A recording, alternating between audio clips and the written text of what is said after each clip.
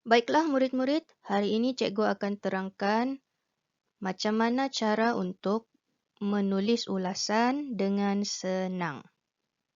Okey, pertama sekali kamu kena baca dulu arahan soalan, baca setiap perkataan yang ada dalam soalan tu dan fahamkan apa kehendak soalan. Okey, sekarang kita tengok contoh soalan yang ada dalam gambar ni. Okey, arahannya, gambar di bawah menunjukkan tentang gaya hidup sihat. Tulis ulasan tentang gambar tersebut dalam bentuk perenggan. Panjang ulasan kamu hendaklah antara 40 hingga 70 patah perkataan. Okey. Sekarang kita sudah faham soalan ini mahu kita tulis tentang gaya hidup sihat. Okey. Sekarang macam mana kita mau tulis pendahuluan? Okey. Cara menulis pendahuluan. Pertama sekali, baca arahan soalan dan fahamkan. Okey, tadi kita sudah baca dan sudah fahamkan apa kehendak soalan. Okey, yang kedua, salin semula ayat daripada soalan dengan mengubah sedikit ayat. Okey, kalau kamu tengok di soalan ini, ayat gambar di bawah menunjukkan tentang gaya hidup sihat, cikgu sudah gariskan. Okey, sekarang apa yang perlu kamu buat? Salin sahaja semula ayat daripada soalan. Okey, ayat yang bergaris itu. Contohnya dalam kotak biru ini, cikgu sudah tulis semula. Gambar di bawah menunjukkan tentang gaya hidup sihat. Okey, apa yang perlu dibuat? Perkataan di bawah itu, potong. Tidak perlu tulis. Kemudian di hujung ayat, kita tambah yang boleh kita amalkan. Akhirnya kita akan dapat ayat pendahuluan seperti yang dalam kotak kuning ini. Okay, ayatnya, gambar menunjukkan tentang gaya hidup sihat yang boleh kita amalkan. Okey, itu saja cara yang mudah untuk kita tulis pendahuluan ulasan. Senang kan? Cara ini juga kita boleh guna untuk menjawab soalan-soalan ulasan yang lain. Okey, seterusnya cikgu mahu kongsikan cara untuk menulis isi ulasan. Okey, kita gunakan formula jejari penanda wacana. Okey. Kalau kamu perhatikan di sini ada gambar tapak tangan. Okey. Lepas tu ada nombor di setiap jari. Okey, ada bermula daripada ibu jari. Okey, 1, 2, 3, 4 dan 5. 5 tu jadi kelingking. Okey.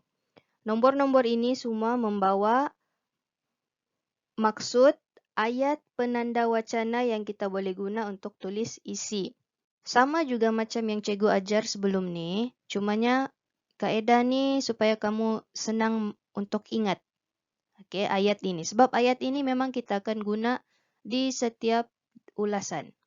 Kalau kamu ingat ayat penanda wacana ni, mesti kamu boleh jawab soalan ulasan. Okey. Apa ayat dia? Okey, kita tengok nombor 1. Antaranya kita mestilah. Maksudnya untuk isi yang pertama kita guna ini. Antaranya kita mestilah. Isi yang kedua kita guna selain itu kita sepatutnya. Isi ketiga kita gunakan di samping itu kita hendaklah. Lepas tu baru tulis isi dia. Kemudian yang keempat, akhir sekali kita sewajarnya, baru tulis isi. Dan akhir sekali nombor 5 jari kelingking, ayat kesimpulan. Okay, ayat kesimpulan kita tulis sahaja kesimpulannya kita haruslah apa? Isi. Tulis apa yang kamu mau tulis. Okey, seterusnya kita mahu tulis isi dia. Okey, isi ulasan. Okey, untuk menulis ulasan, kita kena tahu ada 2 isi yang perlu kita buat. Pertama ialah isi tersurat. Dan yang kedua ialah isi tersirat. Okey, isi tersurat itu apa yang ada dalam soalan. Kalau macam ni, apa yang ada dalam gambar lah. Okey, macam dalam gambar ni ada gambar makan makanan seimbang. Kemudian berjoging. Kemudian menggosok gigi. Dan yang keempat, mengetip kuku. Okey. Itu semua adalah isi tersurat. Okey, kalau kamu tengok di jadual ini, cikgu sudah tuliskan. Nombor 1, isi dia makan makanan seimbang. Isi tersurat isi tersurat ni yang kita boleh nampak. Okey. Macam mana kita mahu jadikan dia ayat? Kita susun sahaja isi tersurat. Lepas tu kita letak kata hubung dan isi tersirat. Isi tersirat ini ialah huraian untuk isi tersurat. Okey. Contohnya, yang pertama, makan makanan seimbang. Okey, itu isi tersurat. Kita letakkan kata hubung supaya. Isi tersirat, dia punya huraian. Huraian dia apa? Tidak ditimpa penyakit seperti ... Kamu boleh letaklah satu jenis penyakit. Okey, jadi nanti dia akan jadi ayat.